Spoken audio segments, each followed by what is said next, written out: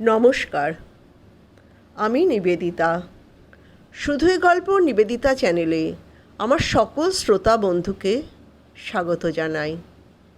অনুগ্রহ করে চ্যানেলটি সাবস্ক্রাইব করবেন। গল্পটি ভালো লাগলে লাইক ও শেয়ার করবেন। আপনাদের অমূল্য মতামত জানাতে অবশ্যই ভুলবেন না। আপনাদের একটি লাইক আমার কাছে অনেক মূল্যবান। আপনার একটি সাবস্ক্রিপশন আমাকে পরের গল্প লিখতে উৎসাহিত করে। আমার আজকের নিবেদন একটি ছোট গল্প, শাশুড়ি ও বৌমা। আসুন গল্পটি শোনা যাক। অনেক দিন আগের ঘটনা। আমার এক বন্ধু গল্পটা বলেছিল। আমরা এখন ষাটোর্ধ্ব সবাই, কাজেই আমাদের অল্প বয়সের গল্প করতে অসুবিধা নেই। এখন আর অতটা লজ্জাবোধও নেই। আর কোনো বন্ধুই বলবে না কি বোকা। সবাই এখন সংসারে টানাপোড়েনে পাকাপোক্ত। সবার মুখেই বয়সের ছাপ পড়েছে, চাকচিক্য কমেছে। এখন আমরা সবাই অন্যের কষ্ট বুঝি, অন্যের যন্ত্রণাকে উপলব্ধি করতে পারি। কেউ আর কাউকে ঠাট্টা করি না। ও যে কষ্টটা পেয়েছে সেটাকে উপলব্ধি করি।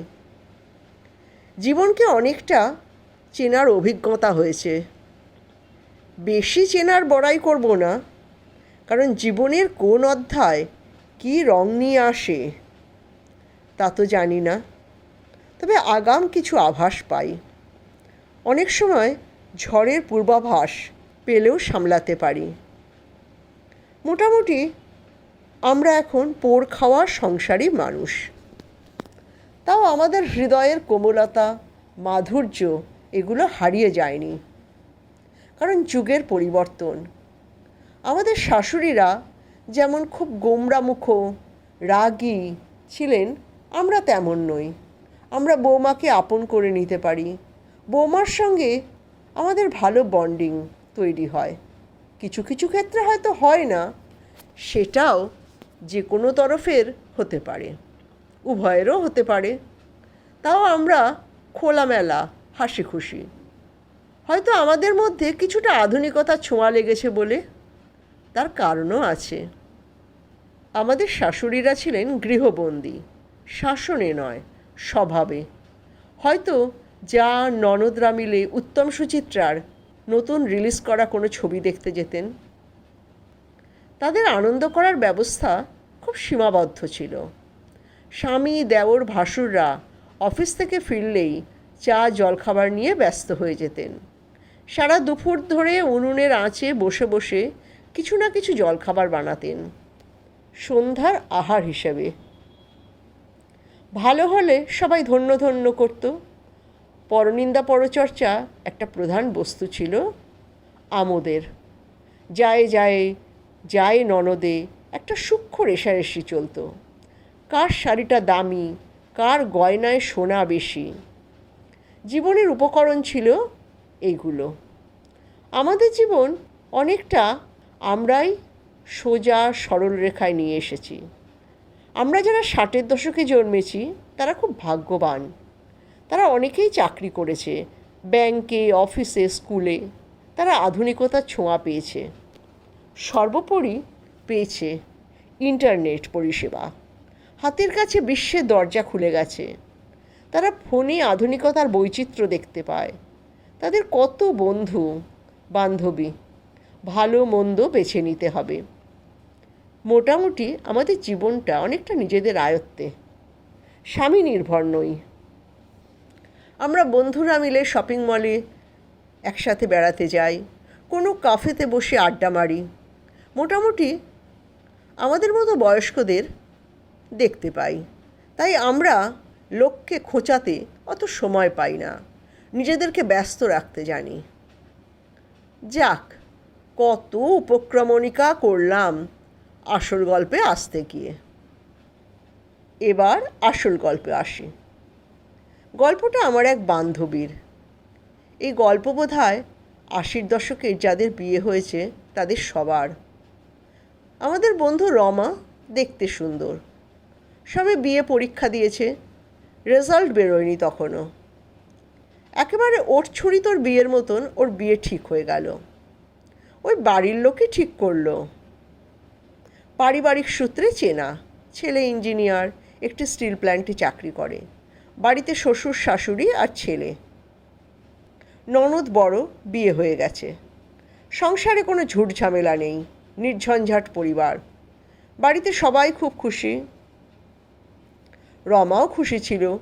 শীতকালে যথা নিয়মে লাল বেনারসি সোনার অলঙ্কারে সজ্জিত হয়ে চন্দনচর্চিত কপালে সে বিয়ের পিঁড়িতে বসল।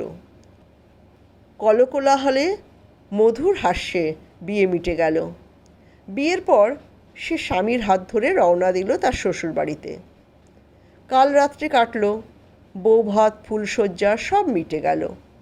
পরের দিন ঘুম থেকে উঠে সকালটা ভালোই কাটল। দুপুরের পরে বিকেলের দিকে তার শাশুড়িমা বললেন, আমাদের নিয়ম আছে, আজ নতুন বউ পায়েস রান্না করে সবাইকে খাওয়াবে। রমার তো বুক ঢিপ ঢিপ করছে। একে তো তার বয়স অল্প, সবে বিয়ে পরীক্ষা দিয়েছে। বিয়ের আগে তো মা রান্না করাও শেখায়নি কোনো দিন। সে কি পায়েস পারবে? দেখেছে অবশ্য মা ঠাকুমাকে করতে, কিন্তু নিজে তো করেনি। রান্নাঘরে গিয়ে দেখল তাকের ওপর দুধ, গোবিন্দভোগ চাল, চিনি, কাজু, কিশমিশ, তেজপাতা সব রাখা আছে। তাকে গ্যাস জ্বালিয়ে বানাতে হবে। সেখানে কেউ তাকে কিছু বলবে না। বাড়িতে অনেক আত্মীয় স্বজন, বেশিরভাগই তার শাশুড়ির বাপের বাড়ির দিকে। 3 জন মামা শ্বশুর, মামি শাশুড়ি, তাদের ছেলে মেয়েরা, তারা দূর থেকে এসেছে, কয়েকদিন থেকে যাবে। আরও কয়েকজন আছে। সে মাকে দেখেছে পায়েস বানাতে। নমস্কার করে বুকে বল এনে সে গ্যাস জ্বালিয়ে ডেকচিতে দুধ বসালো। দুধ ঘন করে তেজপাতা দিল, তারপর চাল দিল। অল্প পরেই চিনি দিয়ে দিল। সে জানতো না মিষ্টি আগে দিলে চাল সেদ্ধ হয় না। মোটামুটি ঘন হয়ে আসলে সে কাজু টুকরো করে কেটে পায়েসে দিল, কিশমিশও দিল। গ্যাস বন্ধ করলো। দেখে তার খুব আনন্দ হলো। আধ ঘন্টা পরে সে আবার রান্নাঘরে গিয়ে বাটিতে বাটিতে পরিবেশন করে সাজিয়ে গুছিয়ে সে ড্রয়িং রুমে নিয়ে আসলো। প্রত্যেকের হাতে একটা করে বাটি দিল। সবাই দেখে ভালো বলল, কিন্তু এতেই তো শেষ হলো না। তারপর মুখে দেওয়ার পালা। প্রথমে শাশুড়ি মা মুখে দিলেন, দিয়েই গম্ভীর হয়ে গেলেন। সবাই একে একে মুখে দিয়ে মুখটা গম্ভীর করতে শুরু করে দিলেন। এবার মুখ খুললেন শাশুড়ি মা। বললেন, মা তুমি চিনিটা কখন দিয়েছ? চাল দেওয়ার 5 মিনিট পরেই চিনি দিয়ে দিয়েছি। তিনি তো রেগে আগুন। বলতে শুরু করলেন, তোমার বাপের বাড়ি থেকে কি কিছুই শিখে আসোনি? জানো না চাল সিদ্ধ হওয়ার পর চিনি দিতে হয়? মিষ্টি দিয়ে দিলে চাল সিদ্ধ হয় না? কেমন মেয়ে তুমি? এতগুলো দামি জিনিস নষ্ট করলে। রমার চোখ তো জলে ভরে গেল। এটাও তো এক ধরনের পরীক্ষা। সে পরীক্ষায় ডাহা ফেল করেছে। মামি শাশুড়িরা কেউ কম যান না, সবাই একযোগে শুরু করলো। সে চুপচাপ শুনে নিজের ঘরে আসলো। কিছু করার নেই, নতুন বউ তো আর মুখে মুখে তর্ক করবে না। এ তার জীবনের গল্প, 20 বছর বয়সের গল্প। এখন তার বয়স তো অনেক। এবার সে তার 52 বছর বয়সের গল্প বলল, আমার যখন 52 বছর বয়স তখন আমার বড় ছেলের বিয়ে হয়। তখনও আমার শাশুড়ি মা জীবিত, এবং সেই মামা শ্বশুর মামা শাশুড়িরাও এসেছেন। তাদের জীব আরও ক্ষুরধার হয়েছে। আমি জানি আমার ছেলের বউকেও বৌভাতের পরদিন সবাই বলবে পায়েস রাঁধতে। বৌমা ইঞ্জিনিয়ার, আবার MBA পাস, চাকুরিরতা। সে আমার থেকে অনেক স্মার্ট। তাও আমি ভাবলাম, কেন আমি তার পরীক্ষা নেব? আমি যা ভোগ করেছি তার পুনরাবৃত্তি আর হবে না। তা আমি কি করেছি জানিস? সবাই ঘুম থেকে ওঠার আগে নিজে গিয়ে পায়েস বানিয়ে রেখেছি। আমি জানি কেউ রান্নাঘরে ঢুকবে না। বেলায় বৌমাকে বললাম, তোমাকে যেই বলবে পায়েস বানাতে তুমি বলবে হ্যাঁ। তারপর রান্নাঘরে এসে পায়েসটা মাইক্রো ওভেনে গরম করবে, তারপর পরিবেশন করবে।